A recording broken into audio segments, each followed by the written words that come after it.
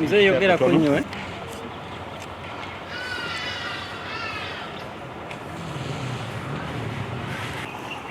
nga sipi okuva ku bantu baffe omuntu gwe bagambye nti ono agent, ono representative, ono ye ambasada waffe, abantu abo twabateekayo nga tubeesiga 100 ku kinnaakyo. Kye baakola okufuna results kyekyo kye tuyimiriddeko, tetwakyusaamu kubanga twabeesiga era twayimirira wamu nabo. So kyekyo mu buwaŋŋanguse olw'obulamu bwabwe n'abalala oba baagenda bugenzi naye nga balina obujulizi, ekyo twakirowoozezaako era omukutu ne gugulibwawo. Abakugu baffe batugambye ekibadde kikyabulako ku software omu nti olwaleero telusukka nga tekinnamalirizibwa, nabo engeri gye bagenda okwetaba mu kuŋŋaanya obujulizi buno. So nga ate tulinawo abantu baffe nga gamba abamaze dda okukkiriza babe nga batukolera mu Pretoria, Dan Ejeni mu Pretoria, South Africa, ate abantu abeeyo baawe bajja okuba nga batuukira. Tulina Belgium, ebifo ebirala tetunnafuna naye nga tukkiriza wajja kuvaayo n'abantu bwe batyo kitwanguyize, newankubadde nga tulina ate abantu abakola emabbali waffe nga tebali munda butereevu, kubanga tukolaganye n'emikutu emirala egyewabweru okulaba nga tukuŋŋaanya obujulizi obuyinza okuba obaolyawo nga ne bannayuganda tebakyabuyina. Twewadde emyezi 6 nga ekyo tukola ekiro n'emisana, kyekyatuteekesezaayo ne ofiisi ez'enjawulo mu buli regioni yonna. Tubeereyo ne ofiisi, manyi tezijja kukoma ku regioni yokka, naye tujja kubaayo n'endala mu ntonotono mu disitulikiti ezeyawudde ennyo okulaba nga tukuŋŋaanya obujulizi obwo bwonna. So tukkiriza nti mu myezi 6 tujja kuba ne we tutuuse lwa nsonga emu, ti kino tetukitandise lwa leero, era bwe twali tutambuza ekisinde ekyo ekya munnansi, twayogera ku kitabo kino nti kijja mu kisinde ekyo. So kati tuzze tukuŋŋaanya obujulizi buno n'ebintu byonna okumalira ddala emyaka 4. So tukkiriza nti mu myezi 6 tujja kubaako we tutuuse. Abantu abali nga mulimu n'ebikolobero ebyakolebwa koni yakola ku bantu, byonna ebyo tubiina. So byonna abantu abakoleddwako ebintu ebyenjawulo, si mu kulonda kwokka, kati tulinamu abaana abaakosebwa oluvannyuma lw'okubanga bakubye tiyagaasi n'ayingira mu ssomero ekamwokyawo ne mu bifo ebirala. So tulina ebintu ebyo byonna nga tubitadde wamu. Okusaba kuno kw'abantu bonna okuteekeddwateekeddwa ku lunaku olwa Mande, ate okwawukanako n'okubadde kuteekebwateekebwa naye kuno mu region yonna gyekuli, era bw'owuliriza local radios mu nnimi zaabwe ojja kuwulira nga balanga at least buli region yonna egenda kubeera n'okusaba okwo ku Mande. So yenteekateeka yaffe eyo, ate nga kw'abantu bonna, bannayuganda bonna, tusabira ki eggwanga lyaffe? Eyo ensonga emu ku yo. Ekyokubiri, abantu bonna abalwadde. Ekyokusatu, abantu bonna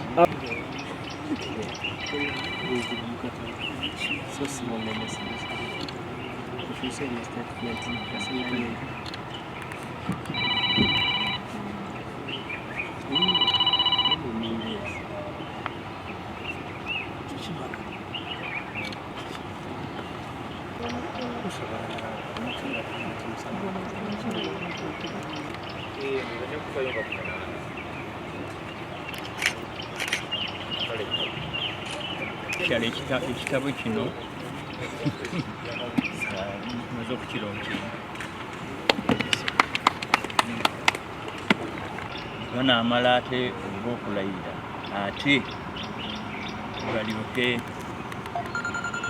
bekolemu omulimu nti ate fe abaawangula ate kugenda kukola ki kubanga ate fe kulembera abawula gavumenti. So tulindiridde okulaba ki ekinaavaayo n'obugambo obwo butono. Ekibiina ekiwabula gavumenti ekyasinga okufuna bamemba ba palamenti naye nga bagamba nti baba baira bawangula akabiri, naye ekigambo kya nsonga y'ensonga enkulu gyempulidde ate nga nsonga nkulu nnyo yakugamba nti ddala bwemubanga mugamba nti mwawangula ate nze sijja kubawakanya nti bawangula, naye bwe babanga we bayimiridde baleme kulonda leader wa opposition kubanga okulonda naye ng'ogamba nti bagendeyo ne mu palamenti nayo nsonga kubanga ddala ensonga eyo ejja kuteeka ku test bannababyabufuzi commitment yaabwe ku nsonga nga bwe baziteekamu nankanyimudiiro ejja kubeera test y'amaanyi nnyo. So nange nninda okulaba kiki ekinavaayo waffe waswalule mu butongole atongeze ekitabo kino ate tuwulire n'okwogera ku butongole okubanga batwegattako tusobole okulowango. Etwagala kwe kuyita bannayuganda mu regions zino ez'enjawulo okubabuulira kiki kye tuzzaako oluvannyuma lw'eggwanga lyaffe okubanga liyimiridde bwe liti. Twagala okuyita bannaffe bwe tuli ku ludda oluvuganya, era munzikirize ntandikire ku kibiina ekisinza ababaka mu palamenti. Akalulu nga bwe mwogera nti mwakawangula, tubasuubira obuteerondako leader of opposition kubanga kijja kuba kyewunyisa okuga nti owakanyani ng'ate gwe wawangula. In other words, you are opposing who if you want the elections. Bannayuganda ku luno kabalabe ku bantu nga bavuddeyo nga mazima balumirirwa eggwanga lyabwe bagende gavumenti y'oyo tetujja gikolamu. Ogwo gwe mutima gwe tusuubira okulaba ng'abantu bakola, kubanga bw'oba tolindirira kulya ssente za miwa musolo ate n'omala n'ozeegaana, gavumenti erina amasiga 3. Tulina executive, tulina judiciary, tulina legislature. Palamenti bw'ebaawo ne cabinet ne tuba na kitongole ekiramuzi ge masiga 3. Tojja tugamba nti tokola mu gavumenti ng'okola mu local government. Tojja tugamba nti tokola mu gavumenti nga tokola mu palamenti. Kyekiseera bannayuganda balabe ku bantu abalumirirwa eggwanga lyabwe nga bayimiridde besimbala. So mu lutalo luno criminal division eyo nno gye tugenda okuva tuwalewala abantu abo bonna tubatwale International Criminal Court ICC basobole okugulibwako emisango bawawaabirwe. Ekyo tujja kubanga tukikola mu bwangu ddala kubanga bukya twogera tulabye ng'abantu ab'enjawulo batukubira amasimu era n'ennamba ze twaguddewo ez'enjawulo okulaba nga twongera okuŋŋaanya obujulizi bwonna. Ensonga ey'okusatu fiiriddwa ebintu byabwe obanga bibaddewo mu ntalo ng'ezaaliwo ezakkoni oba nga bafiiridde mu butyabaga ne bafuna n'abafunye obuvune bonna ku mulembe guno ku regimu eno abo tulowooza okuba nga beetaaga compensation oba bafu abantu baabwe abaasigalawo oba balamu abaliwo beetaaga ekiseera okutuuka abantu abo ne balowoozebwako ne babudaabudibwa n'okusasulwa. Era ekirala ekigenderera mu kitabo kye nti oluvannyuma lw'okukuŋŋaanya obujulizi bwonna tugenda mu ICD offices zaffe enkulu ate era embaale ow'omusajja wa Kabaka ayitibwa Galiwango ku Seeba building obujulizi obwo bugenda okuba nga bukuŋŋaanyizibwa ate eggulu kigenda kubeera ku Lemo building wekijja okubeera. Ebifo ebirala nga Iganga, Jinja, Mbalala, Arua nabyo tuteekateeka okubabuulira buli Munnayuganda wanaatwala obujulizi obwo. Bannayuganda abafiiriddwa obulamu bwabwe obw'okulongoosa ekintu naye ng'ate oyonoona ekirala. Nga bwe mbagambye bannayuganda bangi tebalina mirimu. Kati n'akatono ke baba balina bw'okabaggyako ti mwano tubagyewo bana booda nabo bagende nabali bagende naye nga tobatekekeddewo nkola. Kati kwe kulabanga obutemu bweyongedde kyetujja okugamba nti kitegeeza ababuwagira be bali mu gavumenti ye, kubanga bwe babanga balina obuyinza nga boogera ku ddembe kati twebuuza nti eddembe lye boogerako liri luddawa. So tugenda kukola ebintu bisatu. Ekisooka kwe kusaba okwo, ekyokubiri tuyise bannayuganda mu bitundu ebyenjawulo mu region ez'enjawulo mu biseera ebyenjawulo bajje mu nteekateeka eddako ku kulwanirira eggwanga lyabwe, kubanga tetujja kutuula butuuzi ng'eggwanga lizikirira nga liggwawo ng'ate bakitaffe baalirwanirira ne bajjajjaffe okulaba nga lisigalawo. Ekyokubiri, olwaleero tuggulawo ekitabo ekiyitiddwa The Red Book Archive. The Red Book Archive, ekitabo kino ekikigendereddwamu kijjuddemu abantu bonna abakaabizza bannayuganda amaziga, abayiye omusaayi gwa bannayuganda, abasse bannayuganda be bali mu kitabo kino kuŋŋaanyizo.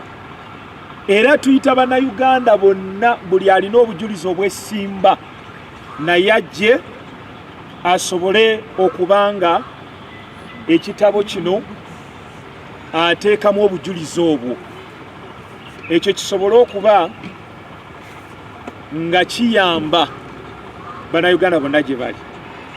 So wano e Kampala bannayuganda abatalina kyakulya, abatalina mirimu, amaanyi ge bawedde nga bali awo mu mbeera ey'okubeera hopeless nga tebalina ssuubi, beeyongedde obungi. Era waliwo okugwa, the breakdown of investment. Buli wabeerawo hopelessness eyo ereeta obuzibu bw'amaanyi, kubanga ne wetwogerera olwaleero abantu abamu tebannadda abadduka ekibabogena mu byalo. Wetwogera olwaleero amakampuni g'abayindi n'abachina agamu tegannaggulawo, kitegeeza nti ebyenfuna bikyali wazibu nnyo ddala. Bwe tutunuulira ekigenda mu maaso mu Uganda, ye Uganda buli omu gy'ayagala gy'ayinza okwenyumirizaamu oba erina ekizibu ky'amaanyi. Oli bw'avaayo n'ayogera nti Kampala twagimma ssente ezisobola okuyamba obulamu bw'abantu okuba obulungi, nga yeeyagala n'okweyagala. Tinaye oba kati ke tumaze okuggyako abakulembeze abalala tunaagiwa ssente asobola okujjukira bannayuganda abaafa olw'okuba Uganda emmiddwa ssente, abantu ne bafa kasasiro ng'ekiteezi, abantu ne bafa endwadde olw'okuba bammye Kampala ssente ezisobola ogibeezaawo n'ogitebenkeza. Bwe kibanga n'abantu we bandiddukidde mu makanisa olwaleero wawambiddwa, era nkyebuuza nnyo nkyewuunya akakiiko aka Interreligious Council kakola ki okuvaayo bwe kabanga sike kabadde mu kino. Bishop Semwogerere okusazaamu emmisa, ekyo kisobola kunnyonnyola kitera kutegerekeka kitya. Kati n'amasinzizo bwe gabanga gali bwe gatyo nga ne bannaddiini batuvuddemu, ekiddako okukolebwa kye kino nga bwe twateeseteese olunaku olwa Mande ejja, ffenna okuŋŋaanira ku jeema, kubanga tumaze okuba nga tukkaanya nabo, tubeere n'okusaba n'okusiiba nga kusukka ku bantu mu nnaku zino kwe babadde basiiba. Ababadde basiiba nga bwe balya, nga oli asiibyeko kimu, ono asiibye ennyama, kati ffenna kwe kuyingira mu kisiibo ekigenda okutusobozesa okukola kye tugenda okukola ekiddako, ate era ne Katonda otuyamba eggwanga lyaffe okununulibwa. So tujja kuba ku grounds za jeema ku lunaku olwa Mande nga tusabira ensi yaffe, naye tukubiriza na buli munnayuganda, sabira mu nnyumba yo, sabira ku kkubo, sabira awantu awalala. Eggwanga bwe liba nga teriwummulanga, nga n'olwayo tukyayimba buyimbi, tuyimba obote, tuyimba amiini, ebyo bye tuyimbye ng'abantu bongera okusibibwa mu makomera, byawukanirawa n'ebyaliwo mu 1980. Era kiki ekiriwo ekyenjawulo abantu kye bayinza okusinziirako ne bagaa nti kati tufunye eddembe, waliwo obuweerero, waliwo okutambuza ekigambo ekikwataganako ne federal kubanga kyekyokuddamu eri Uganda. Uganda efumbekedde mu bizibu ebitayogerekeka. Bwe gabanga amateeka okubanga gakolebwamu ennongoosereza kigaana ebisobola okutusobozesa ogenda obulungi n'okulonda, olwo tulinde wamale kugwawo kitta bantu, kuyiwa musaayi, genocide. Wano oyinza ogyewala ku bigambo ebyogerwa abakulu mu magye n'eggwanga bwe liyimiridde olwaleero, oba olowooza ekyokugjawo ogulinga omujjuzo kigaana abantu okuvaayo okulwanirira eddembe lyabwe. So kyetaagisa nnyo bwe libanga eggwanga lyaffe linaawona ebiyinza okuddako. We twogerera olwaleero okutambuza ekigambo ekikwataganako ne federal kubanga kyekyokuddamu eri Uganda. Uganda efumbekedde mu bizibu ebitayogerekeka. Bwe gabanga amateeka okubanga gakolebwamu ennongoosereza kigaana ebisobola okutusobozesa ogenda obulungi n'okulonda, olwo tulinde wamale kugwawo kitta bantu, kuyiwa musaayi, genocide. Wano oyinza ogyewala ku bigambo ebyogerwa abakulu mu magye n'eggwanga bwe liyimiridde olwaleero, oba olowooza ekyokugjawo ogulinga omujjuzo kigaana abantu okuvaayo okulwanirira eddembe lyabwe. So kyetaagisa nnyo bwe libanga eggwanga lyaffe linaawona ebiyinza okuddako.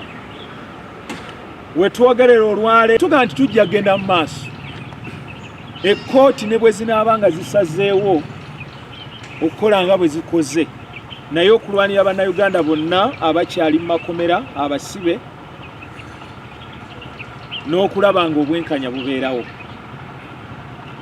Kyetuva tusaba ekitongole ekiramuzi kiveeyo, abakungu baakyo baveeyo, Ssaabalamuzi aveeyo balwane okulaba nga essiga eryo lisigala lyetongodde era nga lyetengeredde nga liyimiridde ku lwalyo.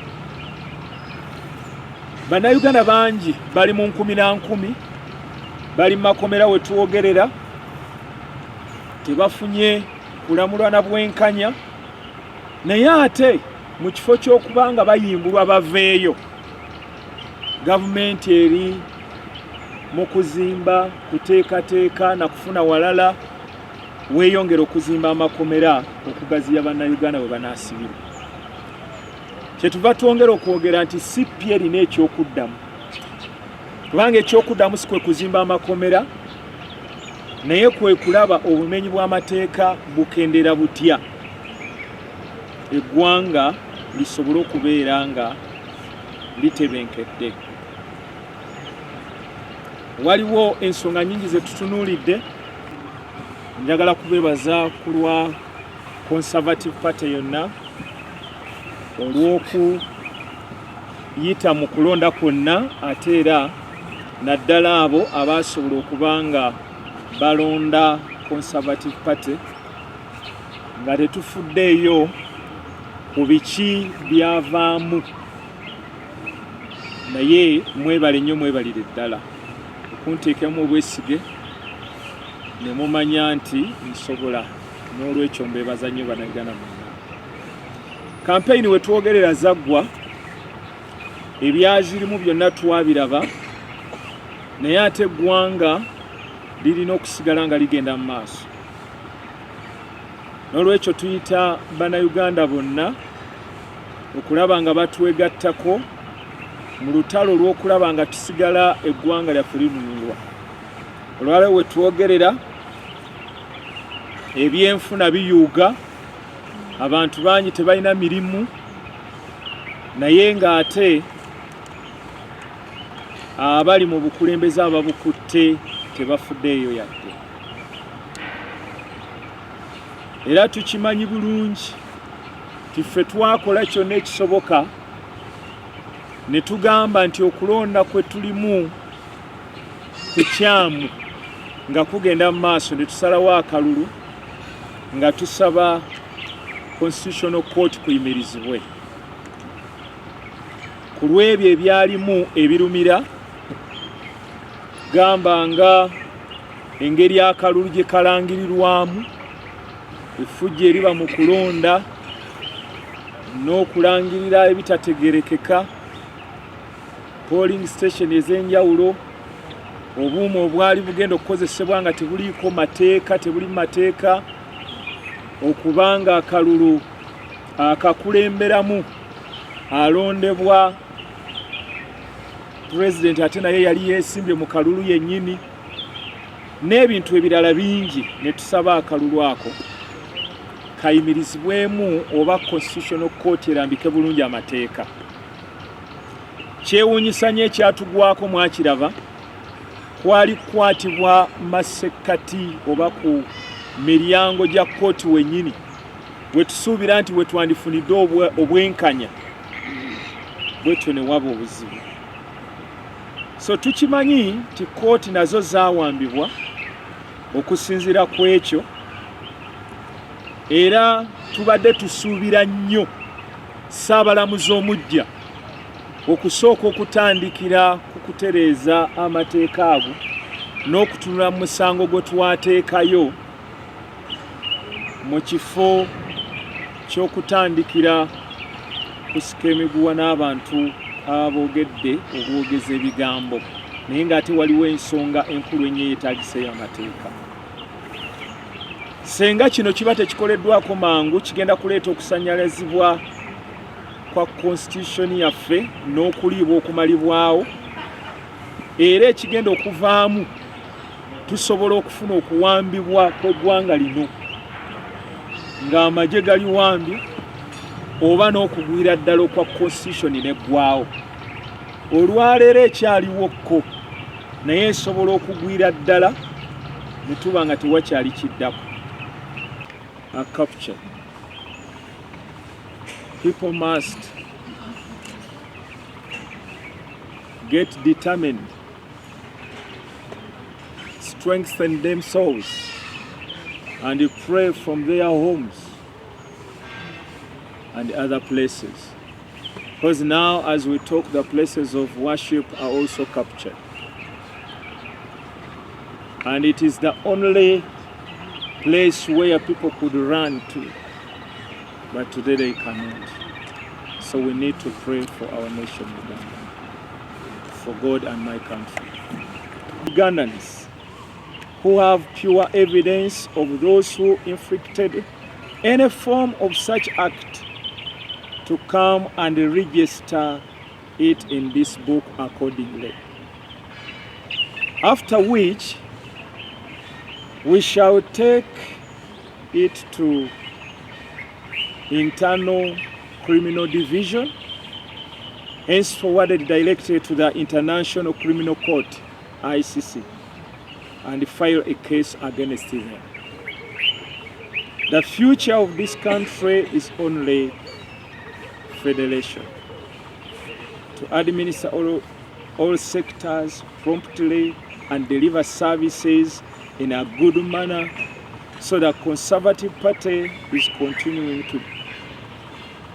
continuing to spread the gospel of federalism from grassroots, and we urge all Ugandans to join us so that we can liberate our country, Uganda. Remember, thousands of Ugandans, more so the political,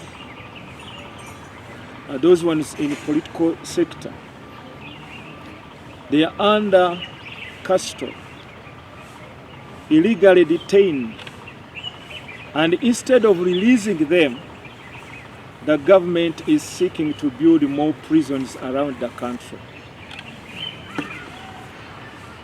For the urgent need of this country, we, the Conservative Party, today we are opening the Red Book Archive to record all names and untruthful acts against citizens of our motherland, Uganda. Tugunya ku bantu, tugunya abantu muze muliraba. Situweebwa mukisa kuba ku bye twogera.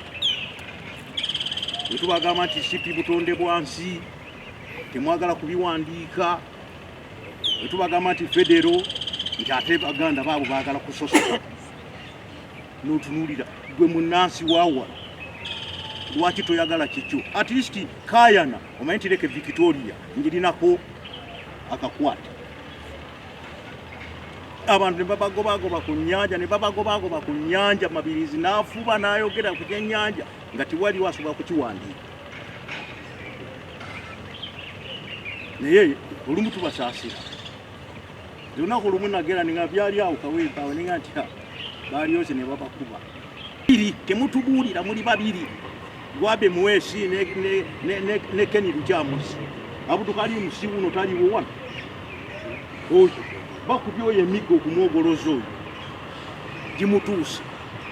Tukuze naye nga tetubasaba mutuwandiike ngako ebintu bituufu. Twagala federo, butonde bwansi, kulaba nga buli kitundu kyonna gye kiri kyefuga mu ngeri yakyo. Ebunyolo w'amafuta agafune wano mu Buganda emwanyi zaffe weeziri.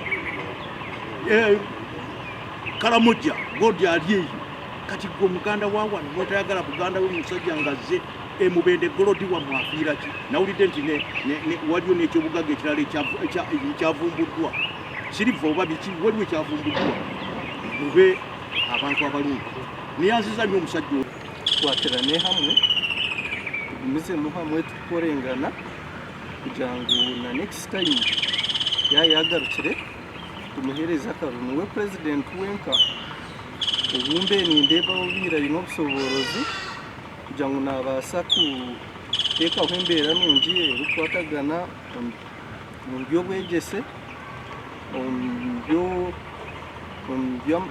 by'obushaho n'amarwariro n'ebindi mugire tumusagike na kurabira mu political party yeye ya Conservative Party nije tube ba members ntubakira ahandi mwebare mukama batwera umugisha kola muri kitegeero oluvanyuma nti Mabirizi message yali azze nayo yali entuufu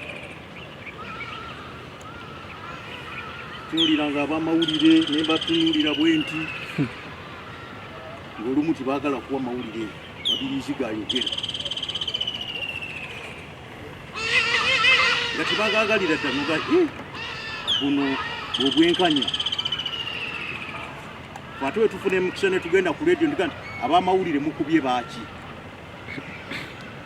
ebyo nno olumu yonaddanga ebbali ninga nti ate oba njogera kyaki njogedde kyaki. Extending my note of thanks to you all for participating in the electoral process, and also appreciate particularly those who cast their ballots for me, regardless of the results.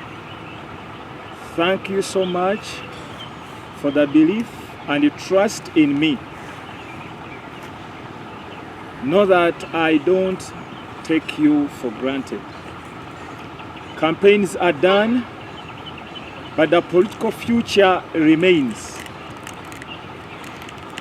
We can do an enormous amount to restore confidence, to move an agenda forward that speaks to the needs of our Uganda. And I think, particularly, the situation which Ugandans are facing today, where many of them are jobless and we are not sure of the economy. So the way forward, which can help us go through this, is the federal system. We initially thought to stop or pause the elections so that the irregularities could be fixed, but we are arrested from the gates of the temple of justice. And up to now, up to date, the denial to be heard continues. Bamukonjedde naye tuzze nga Conservative Party okwategeeza kiki ekituufu ekiri mu Conservative Party n'ekigenda okuddako mukulu Mabirizi kusaba oyogereko eri abantu bano tubategeeze who cast their ballots for me regardless of the results.